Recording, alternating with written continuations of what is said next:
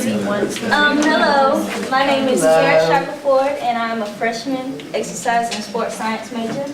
This is session 110, Unburdened through UnBordering. I ask that everybody turn off your cell phones, put them on silent, and other electronics also. At the end of the session or at the end of the celebration, go to this website and fill out the evaluation, and that's it. Hi everyone, I'm Dr. Deborah Walker. Thank you so much for coming today. I am a professor in the communication department, but much of my research interest lies within the communication that's really unique that takes place when you are traveling to, entering, and living in a foreign culture. There's actually a communication theory that explains that process, and we're going to talk about that and exemplify that process for you by sharing experiences, journal entries, and narratives from common travel experiences that we've had. The focus today, though, is on study abroad. So what I'd like to do is just let each of my colleagues, my co-panelists, share a little bit about the study abroad experiences that they've had, introduce themselves, and then I'd like to get started going through the theory and talking in more detail about this really unique process that goes on when you go to what's often considered a foreign culture. My travel experiences have been extensive, but I've never gone on a study abroad. I've spent quite a bit of time, months at a time, in Europe, in England, in Australia. I visited as a tourist throughout the Caribbean, South America, and Canada. But I never engaged in a study abroad program as a student. So I've been incredibly interested in helping my students experience that and learning from them. So I'm going to go on and let them introduce themselves, and then we'll get started a little bit with the theory and the contextualization. My name's Kyle. I'm a senior communication major, journalism minor. And I've pretty much been traveling my entire life, and ever since when I was a little kid, I've absolutely been obsessed with learning about new cultures and dedicating myself to those new cultures. And a quote by Socrates, "The enlightened must not be allowed to remain aloof, but must share their illuminations with the world." And I feel that, for me, traveling has opened up my mind and opened up my soul to new experiences and new ways of looking at the world. And ever since I was a little kid, I was always the first person when I got to the hotel with my little sister to go on the adventure and see what was out there. So I don't want to come across as the cliche study abroad student that went away and came back as this completely different person, like I've never done it before, because I've been doing it my whole life.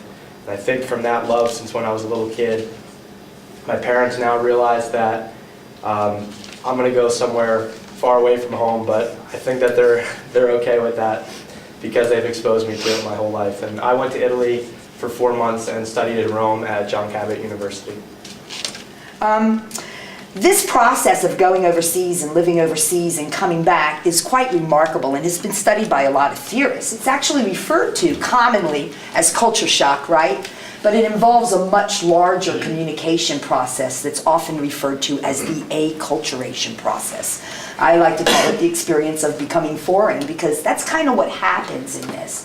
It's a very clear-cut process. It has very identifiable phases. The phases differ a little bit for each traveler as they're experiencing a new culture, but almost everyone who goes overseas and lives in a foreign culture for a while experiences these same types of phases to their experience, even though the length of each phase might differ or people's individual experiences might differ.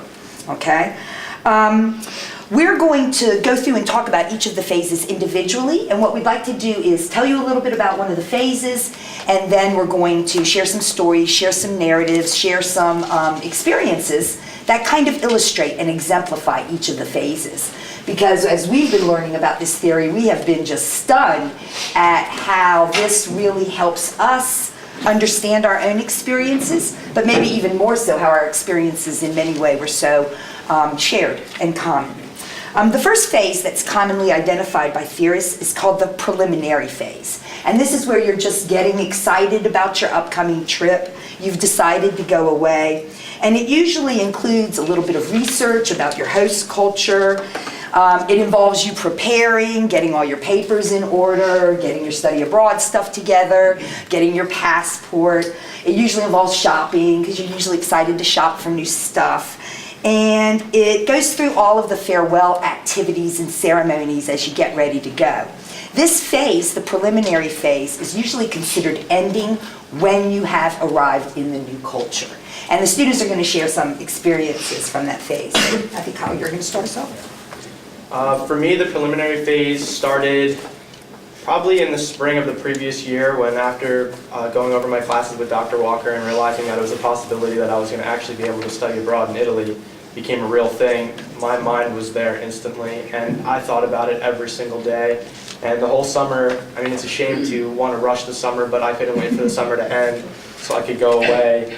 And one of my main reasons of going is that I am Italian-American, and I think for me what happened was I became a victim of what's known as false consciousness. And false consciousness is something that a theorist, Theodore Adorno, describes as being manipulated by a force greater than you. And I think I was becoming a victim of it was that I was buying into what mass media was saying it was to be an Italian and what it meant to be an Italian and what you had to look like to be an Italian. So for me, I was seeking a different level of authenticity, and I had never met my grandfather, and I certainly didn't meet my great-grandfather, and I think being able to go to Italy and live there for 4 months among, the people that were truly my people, being Italian, and further the research of my family and just the genealogy of my family, I felt that it was up to me to continue that line and to continue having a cultural identity while in America and not getting lost in the shuffle